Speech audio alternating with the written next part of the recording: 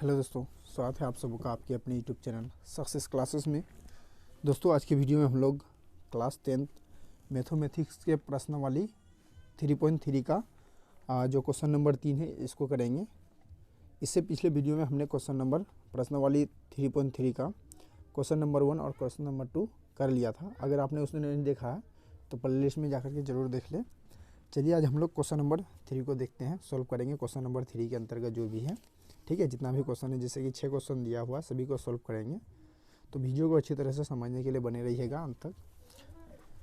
प्रश्न दिया है, निम्न समस्याओं में रैखिक समीकरण युग्म बनाइए। ये कुछ समस्या दिया हुआ है आपको, 6 कंडीशन दिया हुआ है। ठीक है, इसमें आपको क्या बोला है कि निम्न समस्या में रैखिक समीकरण युग्म बनाइए। ठीक है, समीकरण बनाइए और उनके हल प्रतिस्थापन विधि द्वारा ज्ञात कीजिए। आपको रैखिक युग्म समीकरण बनाना है, फिर उसका हल करना है, वो भी कौन सा विधि में? प्रतिस्थापन विधि से। ठीक है, चलिए क्वेश्चन नंबर 1 दिया है 3 का कि दो संख्याओं का अंतर 26 है। दो संख्या है, दोनों का अंतर कितना है? 26 है। तो हम लोग मान लेंगे कि पहली संख्या जो है ना वो x है और दूसरी संख्या क्या होगा? y। ठीक है, चलिए दो संख्या का अंतर 26 है और एक संख्या दूसरी संख्या के 3 गुनी है। पहला वाला जो संख्या होगा वो दूसरी संख्या का कितना? 3 गुना होना चाहिए। ठीक है, उन्हें ज्ञात कीजिए। चलिए सॉल्यूशन स्टार्ट करते हैं। तो सबसे पहले हम लोग क्वेश्चन समझ लिए। अब देखिए इसका सॉल्यूशन। हमें क्या बोला है कि दो संख्या का अंतर 26 है ना, तो हम लोग मान लेंगे कि एक जो पहली वाली संख्या है वो कितना होगा? x। तो माना कि 3 का एक नंबर हल करेंगे हम लोग, लिखेंगे माना कि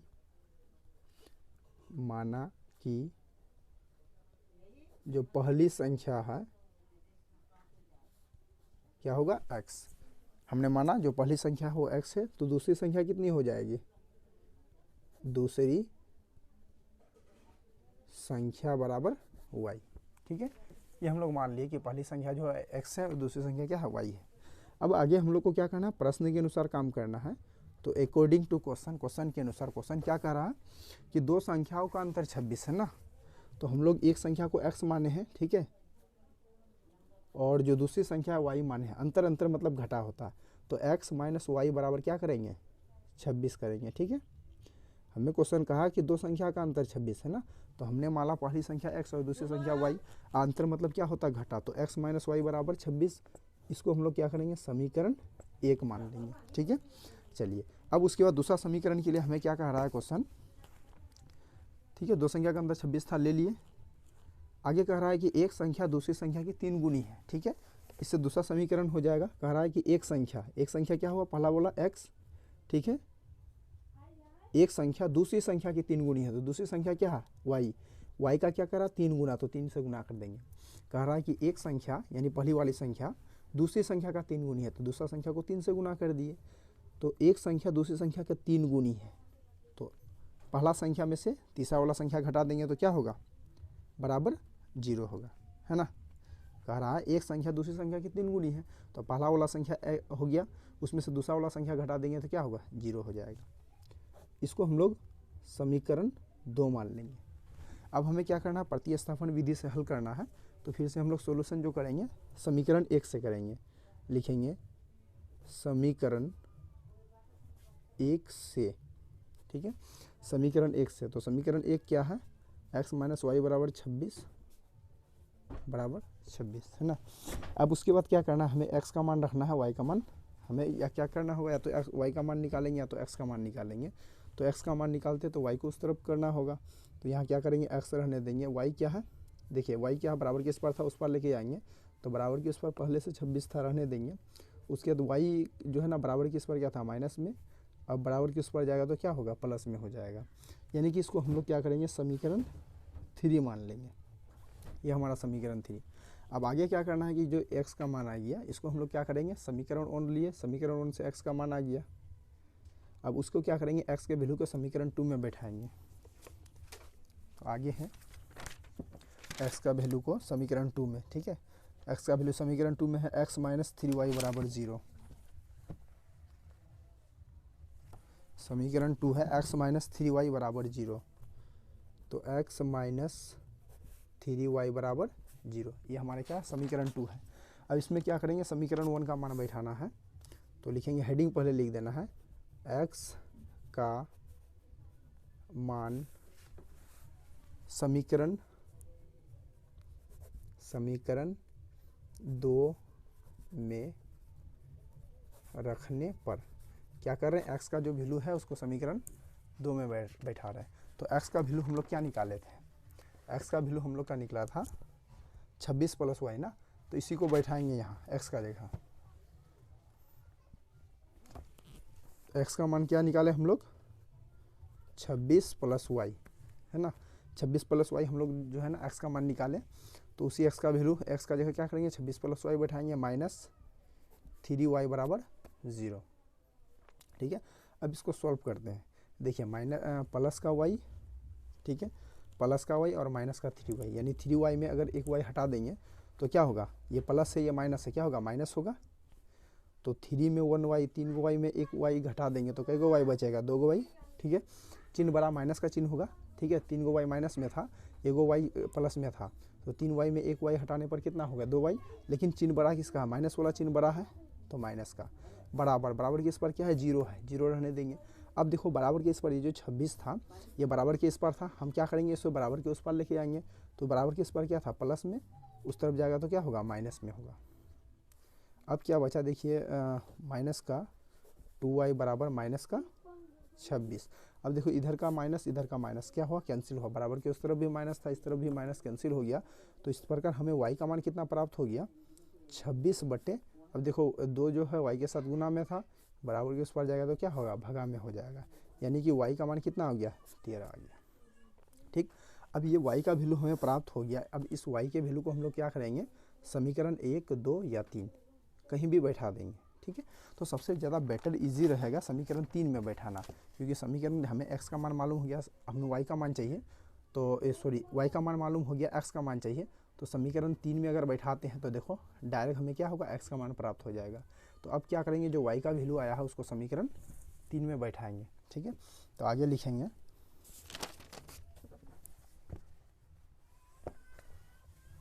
आगे लिखना है कि y का मान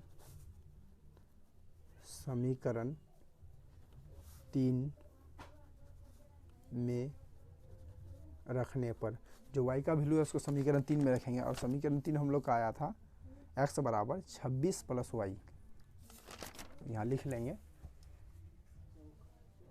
x = 26 + y, x = 26 + y।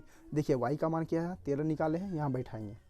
तो x बराबर क्या होगा, 26 का 26 और प्लस का प्लस y का मान क्या है, 13 है, तो 13 यहाँ बैठा देंगे। तो x का मान क्या होगा, 26 और 13 39। यानी कि इस तरह से हम लोग का आंसर प्राप्त हो गया ना, कि x का वैल्यू हम लोग कितना निकाले, 39 निकाले, और y का वैल्यू कितना निकाले, 13 निकाले। तो ये हम लोग का आंसर हो गया, x का मान 39 और y का मान 13। ठीक है, चलिए अब उसके बाद नेक्स्ट क्वेश्चन देखते हैं।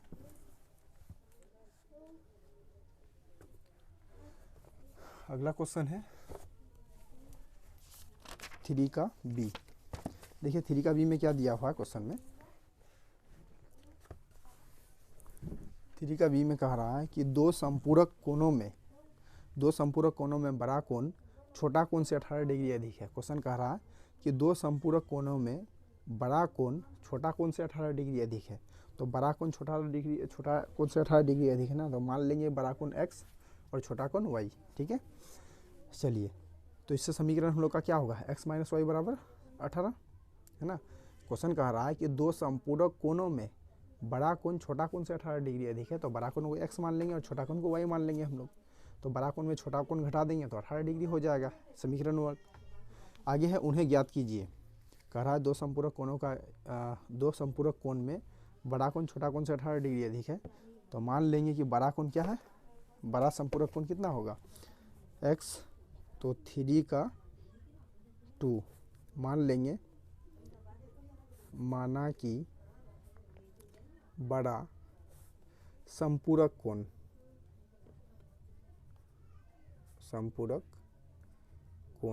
तो बड़ा संपूरक कोण क्या होगा, एक्स मान लेंगे, ठीक है, एक्स डिग्री।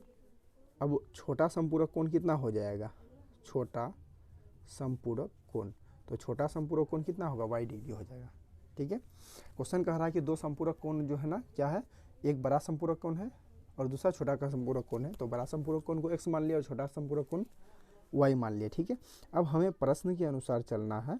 प्रश्न क्या कह रहा है, देखो प्रश्न से पहले एक चीज़ ध्यान दो, क्या कह रहा है, दो संपूरक कोणों का योग जो होता है ना 180 डिग्री होता है, यानी कि दो संपूरक हम लोग जानते हैं। देखो क्वेश्चन कह रहा था कि बड़ा संपूरक कोण और छोटा संपूरक कोण याद करना है, तो बड़ा संपूरक कोण को एक्स मान लिए और छोटा संपूरक कोण को वाई मान लिए।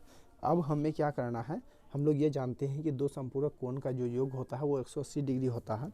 इसका मतलब क्या होगा कि जो बड़ा वाला कोना है एक्स प्लस जो छोटा वाला कोना है वाई, अगर हम दोनों को जोड़ देंगे तो कितना होगा, 180 डिग्री को। कैसे, तो ये संपूरक कोण है भैया, संपूरक कोण का नियम है कि दो कोणों का योग कितना होगा, 180 डिग्री होगा। तो एक बड़ा कोण जो है एक्स और छोटा कोण, तो बड़ा संपूरक कोण और छोटा संपूरक कोण दोनों का जोड़ जो होता है ना 180 डिग्री होता है, इसलिए हमें एक्स प्लस वाई बराबर 180 डिग्री माना है, ठीक है। चलिए उसके बाद आगे क्वेश्चन कह रहा है, आगे आपसे क्वेश्चन कह रहा है कि दो संपूरक कोणों में बड़ा कोण छोटा कोण से 18 डिग्री अधिक है। कह रहा है कि बड़ा वाला कोण, यानी कि बड़ा कोण किसको माने, एक्स, ठीक है। ये जो बड़ा कोण है छोटा कोण से 18 डिग्री अधिक है, यानी बड़ा कोण में अगर छोटा कोण घटा देंगे तो क्या होगा, बराबर 18 होगा, ठीक है, 18 डिग्री। अब इसको क्या करेंगे हम लोग, समीकरण 2 मान लेंगे, ठीक। अब इसको प्रतिस्थापन विधि से हल करना है, तो समीकरण 1 से स्टार्ट करते हैं, लिखेंगे समीकरण 1 से, ठीक। समीकरण 1 से इसका हल स्टार्ट करेंगे। देखिए समीकरण 1 क्या है, तो x प्लस वाई बराबर 180 डिग्री है, ठीक। इसमें हमें क्या करना है, x का मान निकाल लेना है। तो x का मान निकालना है तो y को उस तरफ भेजना होगा। आप चाहे तो x का मान निकाल सकते हैं, x का मान अगर निकालना है तो y को उस तरफ भेजो, या फिर अगर y का मान निकालना चाहते हैं तो x को उस तरफ भेज दो। चलो हमें x का मान निकालना है, तो x बराबर क्या करेंगे, 180 बराबर किस पर था, अब ये देखो बराबर के इस पर y का मान था, इसको इस तरफ लेके आना है, तो बराबर के इस पर क्या था, प्लस में, इस तरफ क्या होगा, माइनस में होगा। इसको हम लोग क्या करेंगे, समीकरण 3 मान लेंगे, ठीक है। अब ये जो हमें क्या हुआ, x का मान प्राप्त हुआ। अब इस x के वैल्यू को क्या करना है, हमें समीकरण 2 में बैठाना। आप 1 में नहीं बैठा सकते हैं इसको, क्योंकि ये जो समीकरण 3 निकला ना वो 1 से ही निकला, इसलिए आप वापस 1 में नहीं बैठा सकते। आपको क्या करना है, इसे समीकरण 2 में बैठाना है, ठीक है। तो चलिए आगे करते हैं कि x का वैल्यू जो है ना समीकरण 3 में रखेंगे, लिखेंगे x का मान समीकरण 2 में रखेंगे, 2 में रखने पर जो x का वैल्यू हमें प्राप्त हुआ इसका क्या बैठाएंगे, समीकरण 2 में बैठाएंगे। तो समीकरण 2 है x माइनस वाई बराबर कितना है, 18 डिग्री है ना। चलिए x का मान है ना, x का मान 180 माइनस वाई है, तो x का मान हो गया 180 माइनस वाई, ठीक है। x का जगह क्या किया, 180 माइनस वाई करिए, माइनस का y है, y रहेगा बराबर 18 डिग्री, ठीक है। अब देखिए माइनस का y, दो गो माइनस का y है ना, तो इससे हम लिख सकते हैं माइनस का 2y बराबर, ये कितना है 18, अब बराबर की इस पर क्या है 180 है ना, बराबर के उस पर लेके आना है, तो बराबर की इस पर क्या है प्लस में, उस पर लेके आएंगे तो क्या होगा, ये माइनस में होगा, ठीक है। इससे आगे हम लोग क्या सॉल्व करेंगे, हमें क्या प्राप्त हुआ, 2y बराबर कितना होगा, 180 में अगर 18 घटा दें कितना होगा, तो अगर हम 180 में 18 घटा करके देखेंगे, इधर क्या है माइनस का 2y है रहेगा वो, तो माइनस का 2y बराबर 180 में 18 घटाएंगे ना, चलिए 18 2 20 और 162, चलिए 162 हो गया, ठीक है। अभी हमें y का मान प्राप्त करना है, तो ये इसमें क्या करना है, ये तो माइनस में होगा क्योंकि 18 में 180 माइनस किया ना, ठीक है, ये माइनस में होगा। अच्छा इधर का एगो माइनस इधर का एगो माइनस काट तो सकते हैं ना। चलिए अब y का मान निकाल सकते हैं, y बराबर 162/2, y का मान तो इस तरह से निकाल सकते हैं कि y का मान कितना होगा, 162/2 हो जाएगा, ठीक है। तो y का मान क्या हुआ, भाग देने पर 81 हो गया, ठीक है। ये हमें y का मान प्राप्त हो गया। जैसे ही हमको y का मान प्राप्त हो गया, इससे क्या करेंगे, हम समीकरण 3 में बैठा देंगे, ठीक है। आप चाहे तो इसको समीकरण 1 या 2 में बैठा सकते हैं, लेकिन हम 3 में बैठा देंगे, ठीक है। चलिए अब आगे लिखेंगे, आपको यहाँ से नीचे लिखना है, हम यही लिख देते हैं साइड में कि y का मान समीकरण 3 में रखने पर हमें क्या करना है, y का मान समीकरण 3 में बैठाना है। तो अच्छा y का मान समीकरण 3 में बैठाएंगे तो समीकरण 3 है क्या मेरे पास, तो समीकरण 3 हम लोग जो है ना पीछे निकाल करके रखे थे, x बराबर 180 माइनस वाई, है ना। चलिए x का मान निकालना, x का मान नहीं मालूम, बराबर रहने देंगे, 180 है, 180 रखेंगे, माइनस y का मान देखो 81 है, बैठाएंगे। तो इस तरह से हमें x का मान प्राप्त हो जाएगा ना, कितना होगा, 10 में 1 गया 9, 17 में 8 गया 9, x का मान, यानी इस तरह से हमें क्या हुआ, x का मान कितना प्राप्त हुआ 99 और y का मान 81, ये हम लोग का क्या हुआ, आंसर हुआ। ठीक है, इस तरह से प्रतिस्थापन विधि से आप लोग हल कर सकते हैं। चलिए आगे का क्वेश्चन देखते हैं। क्वेश्चन नंबर कितना होगा, 2 हो गया 3 का। अब 3 का हमें क्वेश्चन नंबर 3 करना है। ठीक है, चलिए क्वेश्चन देखते हैं। क्वेश्चन नंबर 3 दिया है, एक क्रिकेट टीम के कोच ने, ठीक है, एक क्रिकेट टीम के कोच ने 7 बल्ला तथा 6 गेंद 3800 रुपया में खरीदा। एक क्रिकेट टीम का जो कोच है उसने क्या किया, 7 गो बैट खरीदा यानी बल्ला खरीदा और 6 गो गेंद खरीदा, कितना 3800 रुपया में। ठीक है, बाद में उसने 3 बल्ले और 5 गेंद 1750 रुपया में और खरीदा। फिर से बाद में सेकेंड टाइम क्या किया, 3 बल्ले और 5 गेंद और खरीदा। ठीक है, पहले वाला जो वैल्यू दिया हुआ इससे हम लोग का समीकरण 1 निकल जाएगा और दूसरा जो दिया है इससे समीकरण 2 निकाल लेंगे। आगे कह रहा प्रत्येक बल्ले और प्रत्येक गेंद का मूल्य ज्ञात कीजिए। क्या कह रहा है, प्रत्येक बल्ले और प्रत्येक गेंद का मूल्य निकालना है, बल्ला और गेंद का निकालना है ना। पहले क्या बोला हमें, प्रत्येक बल्ले, ठीक है, उसके बाद बोला है प्रत्येक गेंद। तो हम क्या करेंगे, सबसे पहले प्रत्येक बल्ला बोला है ना, तो बल्ला का मूल्य मान लेंगे x रुपया और गेंद का मूल्य मान लेंगे y रुपया। चलिए इसका सोल्यूशन देखते हैं। लिखेंगे माना कि बल्ले का मूल्य,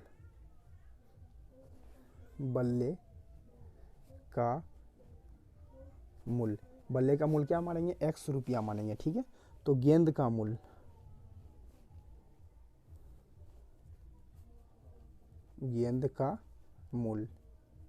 तो बल्ले का मूल्य अगर x रुपया तो गेंद का मूल्य कितना होगा, y रुपया होगा।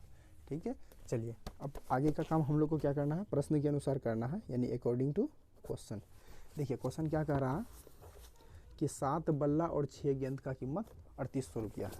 7 बल्ला और 6 गेंद, 7 बल्ला को क्या माने हैं, x माने हैं, तो 7x प्लस 6 गेंद को क्या माने हैं, y माने हैं, तो 6y बराबर कितना है 3800 रुपया। ये हम लोग का इक्वेशन 1 हो गया। क्वेश्चन कह रहा 7 बल्ला और 6 गेंद का कीमत 3800 रुपया है। तो 7 बल्ला ना, 7, एक बल्ला का कीमत x रुपया, तो 7 बल्ला का कीमत कितना होगा 7x रुपया।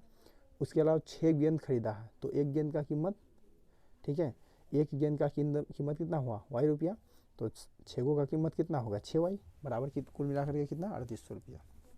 ठीक, आगे कह रहा है क्वेश्चन, चलिए आगे फिर से कह रहा है कि उसने 3 बल्ले और 5 गेंद 1750 रुपया में खरीदा। फिर बाद में क्या कह रहा है कि 3 बल्ले और 7 गेंद, 3 बल्ले, बाद में कह रहा 3 बल्ले और 5 गेंद ना, 3 बल्ला तो 3, बल्ले को हम लोग क्या माने x माने हैं, एक बल्ले का कीमत x रुपया, तो 3 बल्ले का कीमत कितना होगा 3x प्लस 5 गेंद, तो एक गेंद का कीमत y रुपया, तो 5 गो गेंद का कीमत कितना हो गया 5y बराबर कितना में खरीदा है, तो 1750 रुपया में, 1750। ये हम लोग के सामने इक्वेशन 2 हो गया। ठीक है, कैसे किए, तो प्रत्येक जो बल्ले का कीमत यहाँ प्रत्येक लगा दीजिए, प्रत्येक यहाँ भी, यानी प्रत्येक माना कि प्रत्येक बल्ले का कीमत क्या हुआ x रुपया और प्रत्येक गेंद का कीमत कितना हुआ y रुपया।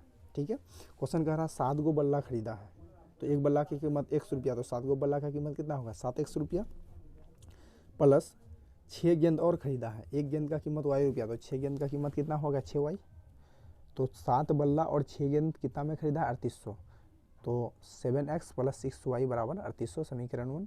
फिर आगे कह रहा सेकेंड टाइम कि सेकेंड टाइम फिर से 3 बल्ला खरीदा है और 5 गेंद 1750 रुपया में। 3 बल्ला खरीदा ना, तो एक बल्ला का कीमत कितना है x रुपया, तो 3 बल्ला का कीमत 3x, 5 गेंद खरीदा है, तो एक गेंद का कीमत y रुपया, तो 5 गेंद का कीमत 5y, कुल मिलाकर के कितना 1750। ठीक है, इक्वेशन 2। अब इसे हम लोग को क्या करना है, कि प्रतिस्थापन विधि से हल करना है। ठीक है, चलिए तो लिखेंगे समीकरण 1 से, समीकरण 1 से हम क्या करेंगे, समीकरण 1 से स्टार्ट करेंगे।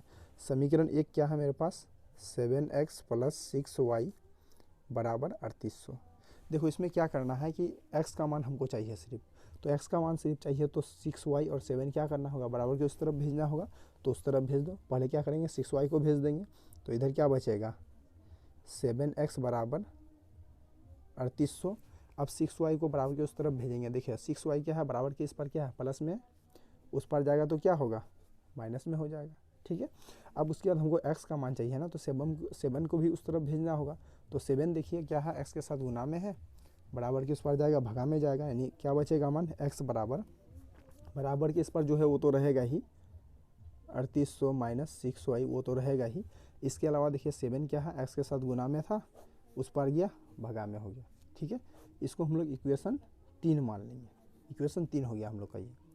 अब उसके बाद क्या करेंगे, ये जो x का वैल्यू आ गया इसको हम लोग क्या करेंगे, इक्वेशन 2 में बैठाएंगे, क्योंकि इक्वेशन 1 से हम लोग x का वैल्यू निकाल लिए, फिर जो x का वैल्यू है इसको इक्वेशन 2 में बैठाएंगे। लिखेंगे x का मान समीकरण 2 में रखने पर x का मान को क्या करना है, समीकरण 2 में रखना है। चलिए समीकरण 2 क्या है, 3x + 5y बराबर 1750। ठीक है, तो 3 ठीक है, लेकिन x का मान हमें मालूम है ना कि 3800 माइनस 6y बटे क्या है 7।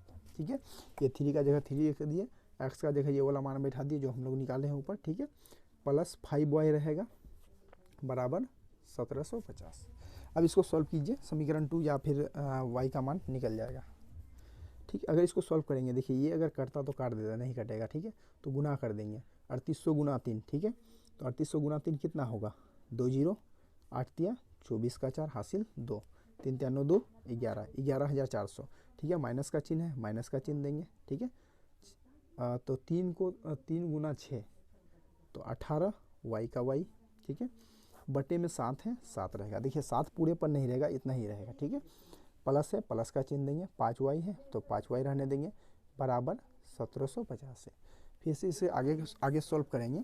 देखिए आगे अगर सॉल्व करेंगे तो कैसे सॉल्व होगा, तो ये एलसीएम लेना होगा, क्योंकि 11400 माइनस 8y बटे में 7 है, लेकिन प्लस में देखिए 5y है। ठीक है, तो हम लोग क्या करेंगे, एलसीएम लेंगे। अगर हम इसका एलसीएम लेते हैं तो क्या होगा, 11400 माइनस 18y प्लस में क्या होगा, 7 5 35y हो जाएगा। तो आगे करते हैं इसका,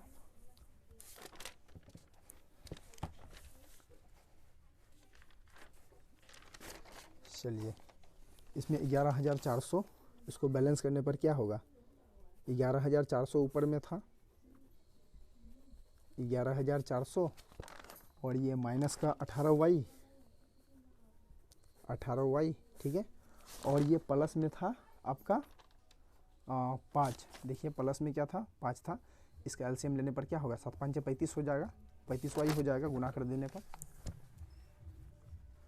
तो आगे करेंगे इसका प्लस में 35y। अब सब पर क्या हुआ, बटे में इतना। ठीक है, बराबर के उस पर क्या था, 1750 था, 1750। ठीक है, ये क्या किया, इन दोनों पर सिर्फ था ना, बटे में 7, तो एलसीएम लिए तो क्या हुआ, ये 11400 माइनस 8y था वो रह गया। अब यहाँ क्या था, 5 था, तो 5 7 35 कर दिए इसको। अब इसको सॉल्व कीजिए, 7 क्या है, बराबर के इस पर बटे में है, बराबर के उस पर जाकर के गुना में हो जाएगा। तो इधर क्या बचा, 11400 माइनस, देखिए यहाँ एक चीज़ ध्यान दीजिए कि 18y माइनस में है और 35y क्या है, प्लस में है। तो ये माइनस प्लस क्या होगा, माइनस होगा। ठीक है, यानी कि 35 में 18 हटाएंगे तो क्या बचेगा, 17। ठीक है, 15 में 8 गया 7, 2 में 1 गया 1, हाँ 17 क्या बचेगा, y। लेकिन ये प्लस में लिखेंगे कि माइनस में लिखेंगे, तो चिन्ह बड़ा किसका है, ये माइनस प्लस क्या किया, माइनस कर दिया, यानी 35 में 18 माइनस तो कर दिए, 17 हुआ, लेकिन चिन्ह लिखेंगे बड़ा का। बड़ा चिन्ह किसका है, तो 18 और 35 में बड़ा कौन है, 35 बड़ा है, इसका चिन्ह क्या है, प्लस में है, तो ये हमें प्लस में देना है, ठीक है। अब बराबर किस पर देखिए 1750 है और 7 है, इन दोनों को क्या करेंगे, गुना कर देंगे, है ना। तो 1750 को 7 से गुना करने पर क्या होगा, 0 का 0, 7 पंजे 35 का 5, हाथ में रहा 3, 7 7 49, 50 51 52, 52 का 2, हाथ में रहा 5, 7 5 12, यानी 12,250 रुपया। अगर हम 7 को 1750 से गुना करते हैं तो 12,250 प्राप्त होता है, ठीक। चलिए अब ये जो 11,400 बराबर के इस पार है, क्या करेंगे, उस पार लेके आएंगे, क्योंकि चरमान एक तरफ अचरमान दूसरी तरफ रहेगा, तो इधर क्या बचेगा, 17y बचेगा, बराबर इधर क्या है 12,250 रुपया है, ठीक।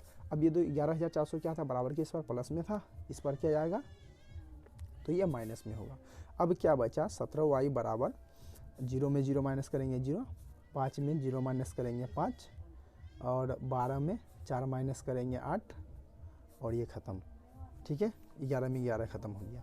अब y का मान निकाल सकते हैं ना कि 850 है, अगर ये देखो 17 क्या था, y के साथ गुना में था, बराबर के इस पर जाएगा तो क्या होगा, भाग में हो जाएगा, तो y का मान कितना होगा, 17 5 85 50, ठीक है। हमें क्या हुआ, y का मान प्राप्त हो गया। जैसे ही y का मान मिल जाता है तो इसे क्या करेंगे, y का वैल्यू को हमको क्या करना है, समीकरण 3 में बैठा देना, ठीक है। समीकरण 3 हम लोग का क्या है, यहाँ देख लीजिए कि x माइनस 3800, x बराबर 3800 माइनस 6y बटे 7, 3800 माइनस 6y बटे 7, 3800 माइनस 6y बटे 7, 3800 यहाँ पहले लिख देंगे कि y का मान समीकरण, ठीक है, 3 आप कहीं भी रख सकते हैं, 3 में रखने पर, तो समीकरण 3 हम लोग का क्या था, x बराबर, ठीक है, अभी देखें कि x बराबर 3800 माइनस 6y बटे 7, 3800 माइनस 6y बटे 7, ये हम लोग का क्या था, समीकरण 3 था। अब इसी में y का मान बैठाएंगे तो x का x ही रह जाएगा, इसके बाद 3800 है ना, 3800 माइनस 6 है तो 6 रहेगा, इंटू y का मान देखिए क्या है 50 है, तो 50 बटे में क्या है 7। अब इसको बैलेंस कीजिए तो 3800 माइनस, और ये 6 5 30, यानी कि 300 बटे 7, है ना। चलिए 3800 में अगर 300 माइनस करेंगे क्या होगा, 3500, 3500 बटे 7, ठीक, 3500 बटे 7, तो 7 5 35, यानी कि 500। इस प्रकार हमारा आंसर कितना हुआ, x बराबर 500 और y बराबर 50, ये हम लोग का आंसर प्राप्त हो गया। लास्ट में इस तरह से आपको घेर देना है, ठीक है। चलिए उसके बाद अगला क्वेश्चन देखते हैं। नेक्स्ट क्वेश्चन है क्वेश्चन नंबर 3 का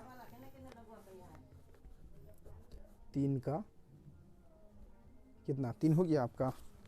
क्वेश्चन नंबर 3 का 4 होगा, 3 तो बना लिए हम लोग, 4 होगा। समझते हैं सबसे पहले क्वेश्चन, मेन तो क्वेश्चन है समझना। देखिए क्वेश्चन नंबर 4 में है, एक नगर में, अच्छा बल्ला और गेंद क्लियर नहीं किया लास्ट में, सॉरी अच्छा इसमें जो है आंसर हम लोग क्या माने थे, x को कौन चीज़ माने थे, x बल्ले का मूल्य x रुपया माने थे और गेंद का मूल्य y रुपया ना, इसको दिखा देना है। अतः बल्ले का मूल्य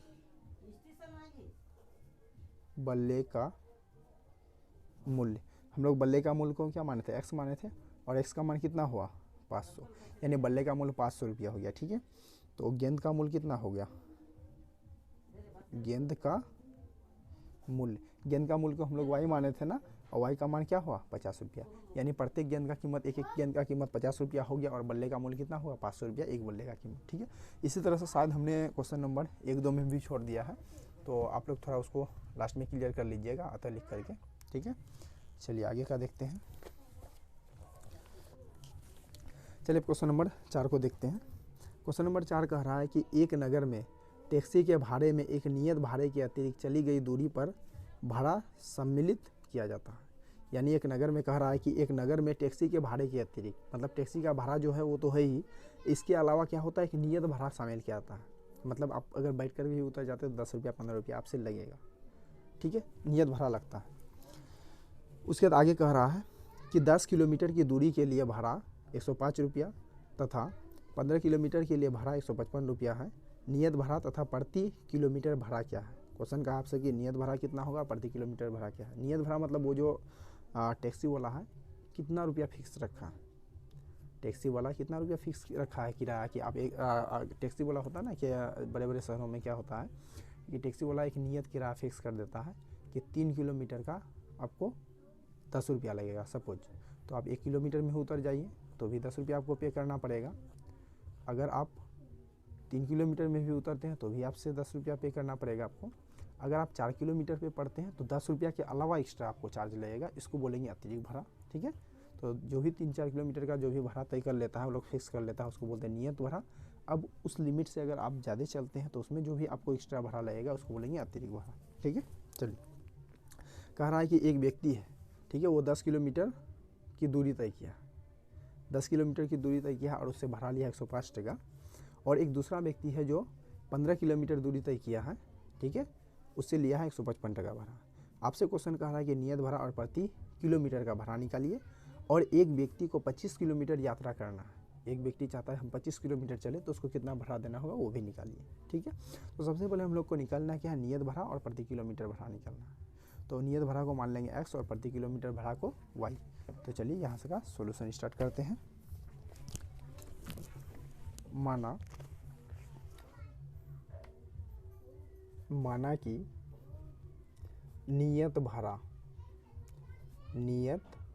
भाड़ा बराबर x रुपया। ठीक है, नियत भाड़ा क्या है कि x रुपया मान लिए। उसके बाद नियत भाड़ा तो मान लिया प्रति किलोमीटर का भाड़ा, उसके बाद लिखेंगे प्रति किलोमीटर का भाड़ा। ठीक है, यानी जो अतिरिक्त चलेगा मान लेंगे प्रति किलोमीटर का भाड़ा कितना y रुपया। ठीक है, चलिए अब आगे जो हमें काम करना है वो प्रश्न के अनुसार करना है। देखिए प्रश्न क्या कह रहा है कि एक व्यक्ति है जो 10 किलोमीटर की दूरी तय करता है। ठीक है, 10 किलोमीटर की दूरी तय करता है तो उसे 105 टका भाड़ा लेता है। अगर कोई व्यक्ति है 10 किलोमीटर की दूरी तय करता है तो सबसे पहले तो वो 10 किलोमीटर दूरी चले या 20 किलोमीटर चले तो उससे जो नियत किराया है वो तो लेगा ही। ठीक है, नियत किराया क्या है x, मतलब x रुपया लेगा ही। इसके अलावा 10 किलोमीटर दूरी तय किया है अतिरिक्त। ठीक है, तो 1 किलोमीटर अगर अतिरिक्त दूरी तय करता है तो y रुपया लेता है। अब यहाँ 10 किलोमीटर अतिरिक्त दूरी तय किया है तो कितना पैसा लेगा 10y। ठीक है, बराबर टोटल कितना पे किया है ये व्यक्ति 10 किलोमीटर अतिरिक्त दूरी तय करने पर 105 रुपया पे किया है।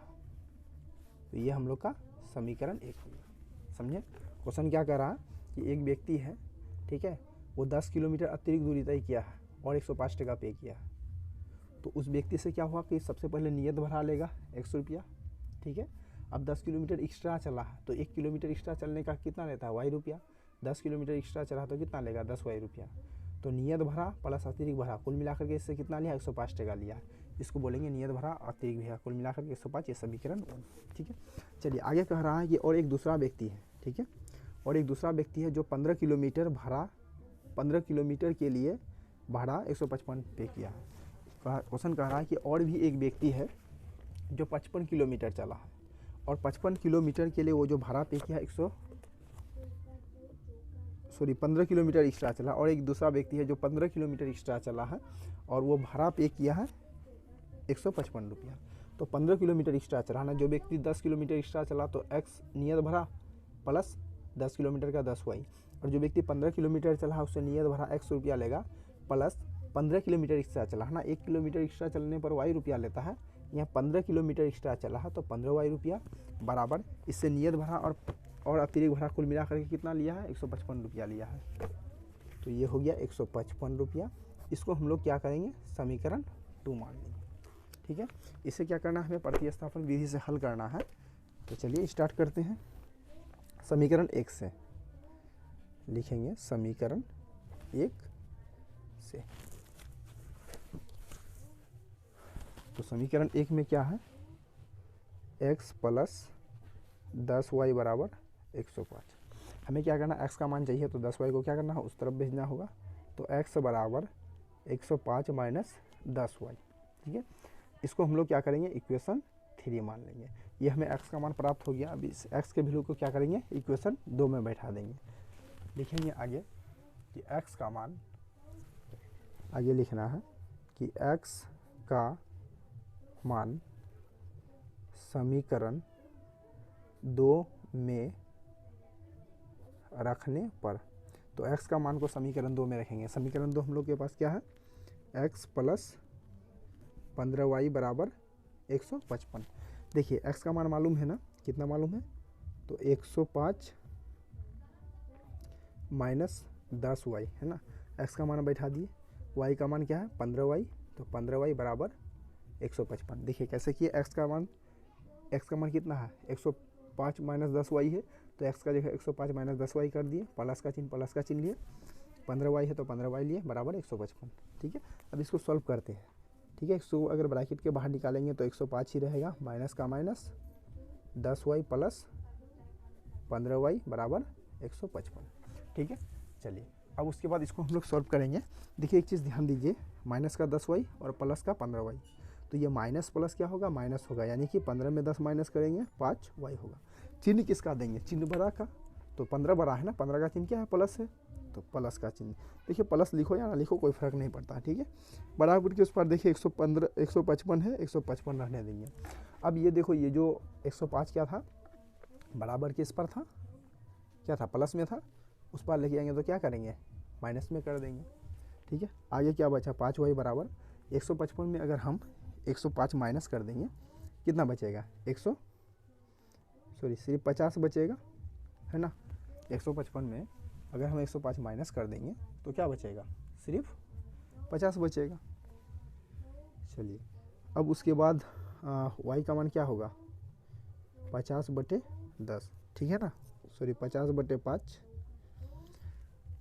इससे माइनस किए 100। ठीक है, चलिए 50/5 यानी y का मान कितना आ गया, 10 आ गया। ठीक है, 50/5 करने पर अब क्या करेंगे, इस y के वैल्यू को क्या करेंगे, समीकरण 3 में बैठाएंगे। इससे आगे आप लोग नीचे लिखेंगे y का मान समीकरण 3 में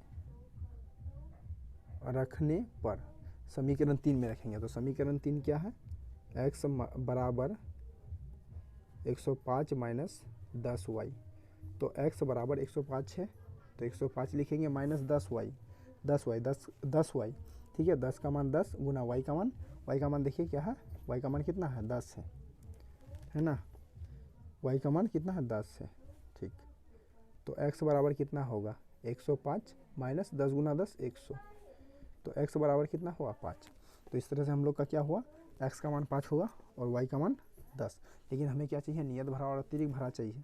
ठीक है, तो नियत भरा और अतिरिक्त भरा चाहिए ना, तो हम लोग क्या करेंगे, अब नियत भरा तो निकाल लेंगे। नियत भरा को क्या माने, x माने, और x का मान हम लोग का कितना निकल गया 5, यानी कि नियत भरा 5 रुपया लेता है और अतिरिक्त भरा कितना लेता है, अतिरिक्त भरा को y माने हैं, तो अतिरिक्त भरा कितना लेता है 10 रुपया पर किलोमीटर की दर से। ठीक है, तो मान लेंगे, आगे दिखा देंगे आंसर। अतः लिखेंगे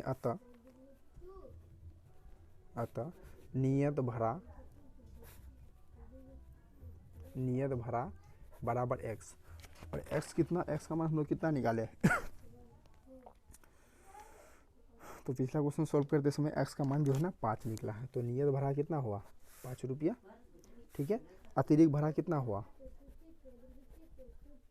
अतिरिक्त भरा, तो अतिरिक्त भरा को हम लोग y माने हैं और y का मान क्या हुआ 10 भरा, तो नियत भरा 5 रुपया हो गया और अतिरिक्त भरा 10 रुपया हुआ। और आपसे एक चीज़ क्वेश्चन में पूछा है, और एक चीज़ पूछा है, यहाँ ध्यान दीजिएगा। आपसे कहा है कि एक व्यक्ति को क्या करना है, 25 किलोमीटर यात्रा करना है, यात्रा करने के लिए कितना भाड़ा देना होगा, यानी एक व्यक्ति है वो 25 किलोमीटर दूरी चलना चाहता है तो उसको भाड़ा कितना देना होगा, यानी 25 किलोमीटर का भाड़ा कैसे निकालेंगे, तो लिखेंगे 25 किलोमीटर का भाड़ा बराबर, अच्छा 25 किलोमीटर का भाड़ा कैसे निकालेंगे, तो भाड़ा कैसे लेगा, नियत भाड़ा लेगा। ठीक है, जिसको हम लोग x माने हैं, तो नियत भाड़ा प्लस अतिरिक्त चलेगा 25 किलोमीटर ना, तो 25y। ठीक है, जो टैक्सी वाला है एक कह रहा है कि एक व्यक्ति 25 किलोमीटर दूरी जाना चाहता है, उससे कितना भाड़ा लगेगा, तो टैक्सी वाला जो है ना इससे नियत भाड़ा तो लेगा ही, मतलब 100 रुपया। ठीक है, इसके अलावा 25 किलोमीटर एक्स्ट्रा चल रहा ना, तो 1 किलोमीटर एक्स्ट्रा चलने पर y रुपया लेता है, तो 25 किलोमीटर का कितना लेगा 25y। अब x और y का मान आपको पता है, मान बैठा दो। x का मान हम लोग कितना निकाले 5, ठीक है, प्लस 25 गुना y का मान कितना निकला 10। ठीक है, 5 प्लस 250, ठीक है, तो क्या हुआ 255 यानी कि जो व्यक्ति 25 किलोमीटर दूरी तय करना चाहता है उसको 255 रुपया भाड़ा पे करना होगा। ठीक है, चलिए इस तरह से हम लोग का क्वेश्चन नंबर जो 5 था ये भी कंप्लीट हो गया। अब हम क्वेश्चन नंबर 6 को देखते हैं। देखिए क्वेश्चन नंबर 6 कह रहा है कि 5 वर्ष बाद जैकब की आयु उसके पुत्र की आयु से 3 गुनी हो जाएगी।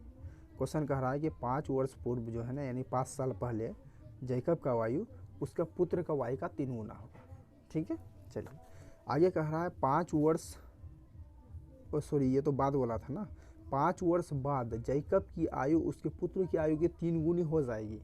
कह रहा है कि 5 साल बाद जैकब का जो उम्र होगा उसका बेटा का उम्र से क्या होगा, कितना होगा, 3 गुना ज़्यादा होगा। जैकब का उम्र जो है ना 5 साल बाद उसके बेटे की उम्र से 3 गुना ज़्यादा होगा। आगे कह रहा है कि 5 वर्ष पूर्व यानी 5 साल पहले जैकब की आयु उसके पुत्र की आयु के 7 गुनी थी। कह रहा है 5 साल पहले जैकब का जो उम्र था उसका बेटा का उम्र से 7 गुना था। उनकी वर्तमान आयु निकालिए, मतलब दोनों का जो है ना आपको वर्तमान उम्र निकालना है। देखिए ये उम्र वाला क्वेश्चन में क्या करना, एक लॉजिक है। एक चीज़ ध्यान दीजिएगा कि जब भी उम्र वाला इस टाइप का क्वेश्चन मिले ना तो हम लोग को क्या करना है कि जिसका इसका उम्र निकालने के लिए कहेगा, ठीक है, तो उसका हम लोग वर्तमान उम्र मान लेंगे x। जैसे जैकब और उसके पुत्र का उम्र निकालने के लिए कहा है तो जैकब का उम्र मान लेंगे x, माना कि जैकब का वर्तमान, ठीक है, वर्तमान उम्र बराबर x वर्ष। जब भी ये उम्र से रिलेटेड क्वेश्चन आए तो ठीक है वर्तमान उम्र मान लेना। तो जैकब का वर्तमान उम्र मान लिया x वर्ष, पुत्र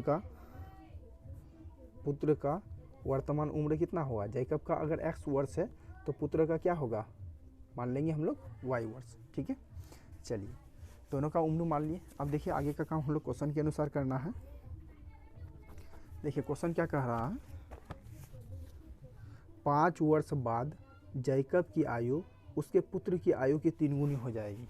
5 वर्ष बाद जैकब का आयु उसके पुत्र की आयु का कितना होगा, तो कितना गुना होगा, 3 गुना। अच्छा एक बात बताइए, अगर किसी व्यक्ति का उम्र, समझिएगा, अगर किसी व्यक्ति का उम्र अभी 5 वर्ष है, ठीक है, 5 साल बाद कितना उम्र हो जाएगा, बोलेंगे 10 वर्ष। कैसे निकाले, तो 5 में 5 जोड़ करके, मतलब जितना उम्र 5 वर्ष बाद कितना उम्र होगा इसके लिए क्या करना होगा, 5 हमें जोड़ना होगा। तो क्या कर देंगे, क्वेश्चन कह रहा है कि 5 वर्ष बाद जो है ना जैकब का उम्र उसके बेटे का उम्र से कितना होगा, 3 गुना होगा। तो 5 वर्ष बाद है ना, तो अभी वर्तमान वर्ष क्या है, x वर्ष है, 5 वर्ष बाद बोला है तो बाद में जोड़ देंगे। ठीक है, और दूसरी तरफ लिखेंगे उसके बेटा का वर्तमान उम्र क्या है, y वर्ष। ठीक है, 5 वर्ष बाद तो इसमें भी 5 जोड़ दो। ऐसे ही ना करते हैं, अगर मान लो किसी व्यक्ति का उम्र 20 वर्ष है, 5 वर्ष बाद कितना होगा, तो 5 जोड़ देंगे, 25 बता देंगे। ठीक उसी तरह से यहाँ भी कि दोनों का जैकब का वर्तमान उम्र क्या है, x वर्ष है, 5 वर्ष बाद कितना होगा, तो 5 जोड़ देंगे। उसी तरह से उसके पुत्र का वर्तमान उम्र क्या है, y वर्ष है, 5 साल बाद कितना होगा, तो उसमें क्या करना होगा, 5 जोड़ देना होगा। क्वेश्चन कह रहा है कि जैकब का जो उम्र है 5 वर्ष बाद क्या होगा कि उसके पुत्र की उम्र से 2 गुना बड़ा हो जाएगा। 5 वर्ष बाद जैकब का उम्र उसके पुत्र की उम्र का 3 गुना होगा, तो उसके पुत्र का जो उम्र है उसको 3 से गुना कर देंगे।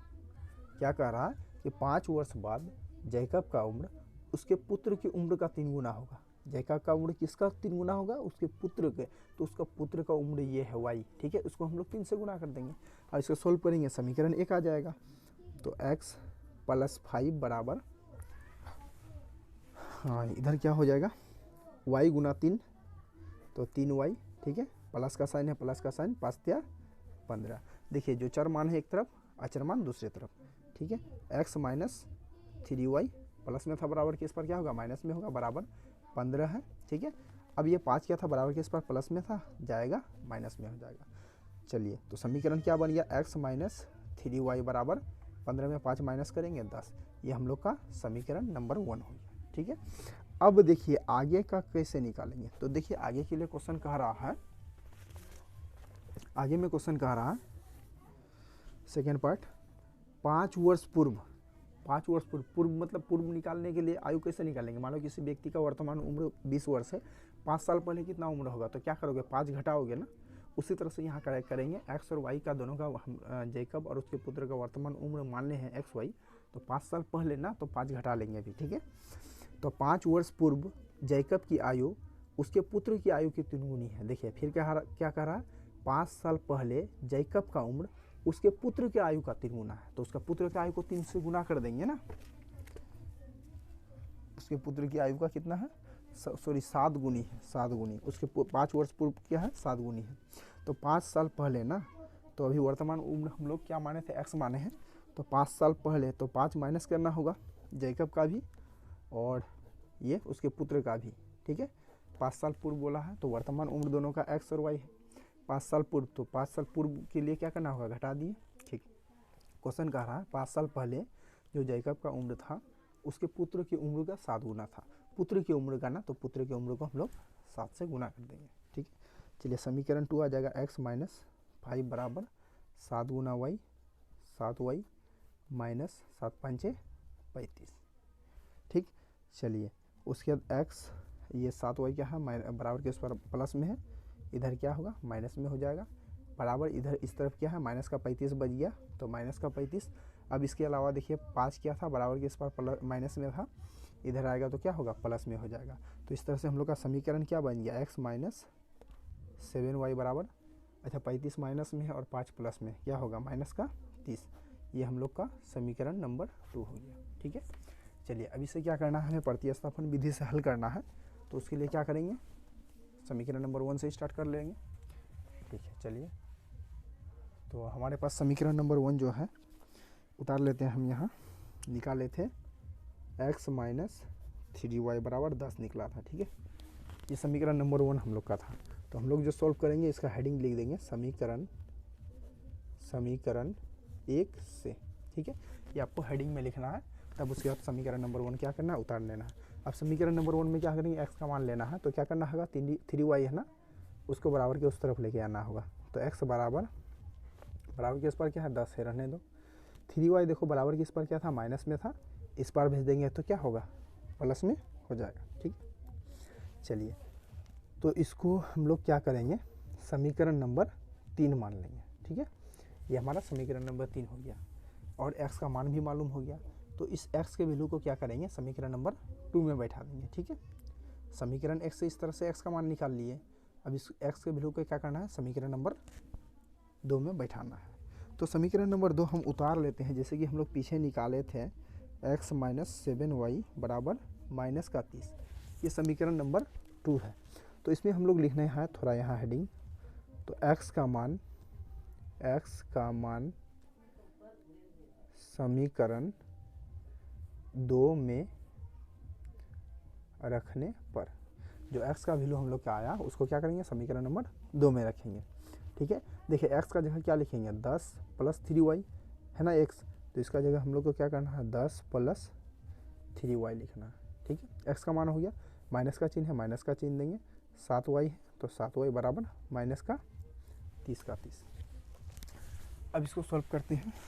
चलिए यहाँ देखिए 3y है प्लस में और 7y माइनस में, तो ये प्लस माइनस क्या होगा माइनस होगा, यानी कि 7 में हम लोग क्या करेंगे 3 माइनस कर देंगे तो 4y बचेगा, ठीक है। चिन्ह किसका रहेगा, प्लस का कि माइनस का, तो चिन्ह बड़ा का, 7 बड़ा है ना, 3 और 7 में बड़ा कौन है, 7 बड़ा है, 7 का चिन्ह क्या है माइनस में, तो माइनस में, ठीक है। चलिए अब बराबर के इस पार चलिए, बराबर के इस पार देखिए ये 10 बराबर के इस पार था, इसको इस पार लेके आएंगे, तो उसके लिए क्या है बराबर के इस पार वाला संख्या लिख लेते हैं, माइनस का 30 है। अब जो 10 है बराबर के इस पार प्लस में था, माइनस में हो जाएगा 10। अब इधर क्या हुआ माइनस का 4y बराबर माइनस का 30 और माइनस का 10, तो माइनस का 40। ये देखिए इधर वाला माइनस इधर का वाला माइनस कैंसिल हो गया। अब y का मान कितना होगा 40/4, देखो y के साथ गुना में था, बराबर की इस पार भेज देंगे भगा में आ जाएगा, y का मान कितना हो गया 4×40 यानी 10, ठीक है। जैसे ही हमें y का मान प्राप्त हो जाता है, ठीक है, जैसे हमें क्या करेंगे y का मान प्राप्त हो जाता है तो y के वैल्यू को क्या करेंगे समीकरण नंबर 3 में बैठा देंगे, x का वैल्यू आ जाएगा। लिखेंगे आगे, आप इसके नीचे बनाइएगा, लिखेंगे y का मान समीकरण 3 में रखने पर, तो जो हमें y का मान प्राप्त हुआ इसे क्या करेंगे समीकरण नंबर 3 में रखेंगे, ठीक है। समीकरण नंबर 3 ये रहा हम लोग के पास, क्या है, x बराबर 10 + 3y, है ना। चलिए 10 का मान कितना हुआ, 10 का 10 ही रहेगा, +3 इंटू वाई का मान देखो हम लोग क्या निकाले, 10 निकाले, तो यहाँ 10 लिखेंगे। तो 10 है प्लस 10 या 30 बराबर 40, ठीक है। तो इस तरह से हम लोग को क्या हुआ, एक्स और वाई का मान निकल गया। लेकिन हम लोग को क्या चाहिए, जैकब और उसके पुत्र का वर्तमान उम्र चाहिए। तो आंसर लिख देंगे, अतः जैकब का वर्तमान उम्र,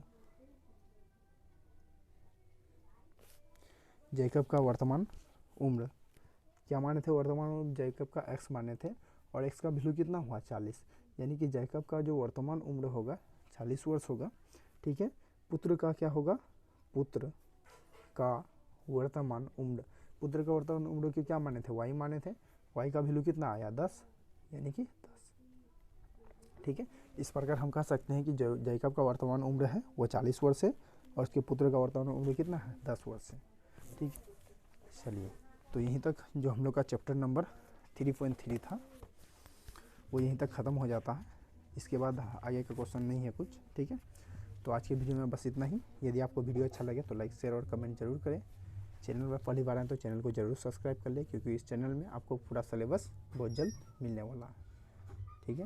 वीडियो अच्छा लगे तो लाइक शेयर जरूर कीजिएगा और सपोर्ट करें इस चैनल को, ताकि मैं आप लोगों के बीच लाइव आ सकूं, ठीक है। आप लोगों का अगर सपोर्ट बढ़िया रहा तो मैं लाइव क्लास आकर के आप लोग का पूरा कोर्स कंप्लीट करूंगा।